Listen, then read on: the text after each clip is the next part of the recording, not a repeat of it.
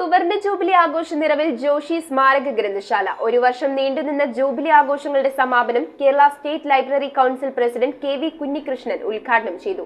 പരീക്ഷകളിൽ ഉന്നത വിജയം നേടിയ വിദ്യാർത്ഥികളെയും ചടങ്ങിൽ ആദരിച്ചു. ജോഷി സ്മാരക ഗ്രന്ഥശാലയുടെ ഒരു വർഷം നീണ്ടുനിന്ന ജൂബിലി ആഘോഷത്തിനാണ് സമാപനം കുറിച്ചത്. പൊതുയോഗം Kerala state library council president KV Kunhikrishnan ഉദ്ഘാടനം ചെയ്തു.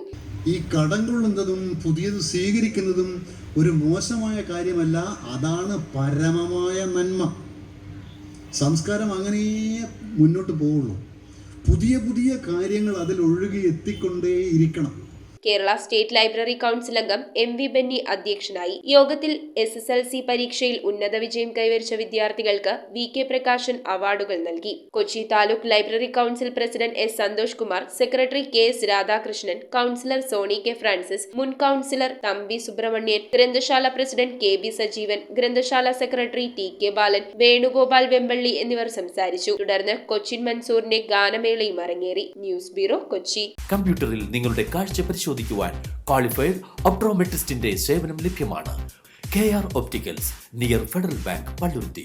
Specs world, opposite TB hospital, Karuvelippady. KR opticals, കമ്പർഷൻ മുക്ക്, കുമ്പളങ്ങി.